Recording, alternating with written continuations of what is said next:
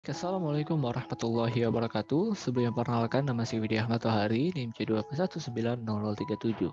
Nah, di video kali ini saya akan membahas terkait dengan praktikum biologi populasi ikan dengan materi polimerase chain reaction.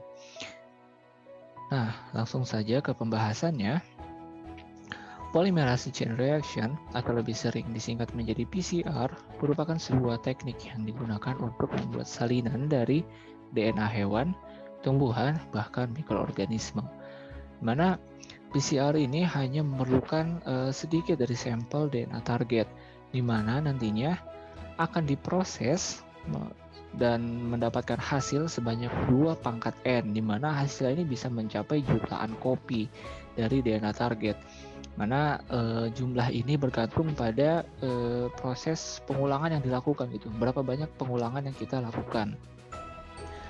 Nah, proses PCR sendiri terdiri dari beberapa tahapan utama, yaitu ada denaturasi, annealing, dan elongasi atau ekstensi.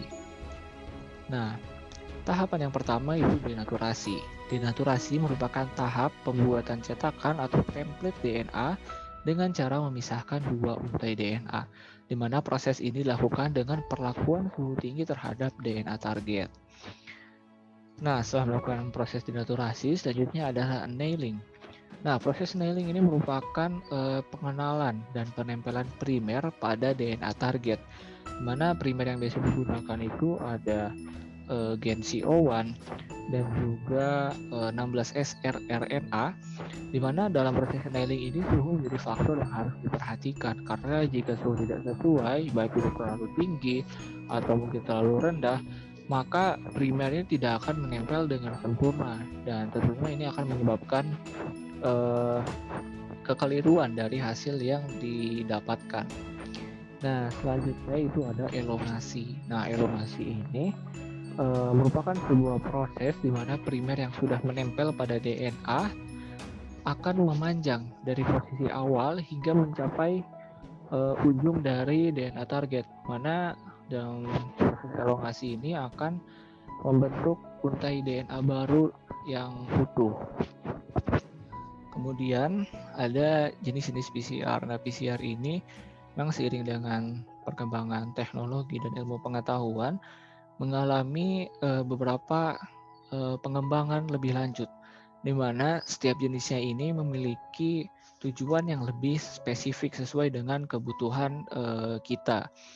Nah, yang pertama itu ada real time PCR. Nah, biasanya real time PCR ini memang dilakukan hanya dalam pengamatan pada waktu yang relatif sebentar atau bahkan cukup pendek, di mana real time PCR ini hanya akan menghasilkan sedikit dari kopi DNA.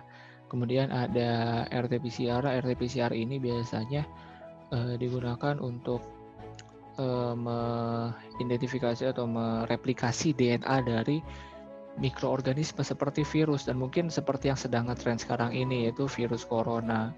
Kemudian ada nested PCR. Nested PCR ini digunakan untuk tujuan yang lebih spesifik, karena memang dalam nested PCR ini menggunakan dua buah primer, sehingga hasil yang digunakan itu benar-benar spesifik. Dan kemudian ada PCR ELISA, kemudian ada multiplex PCR.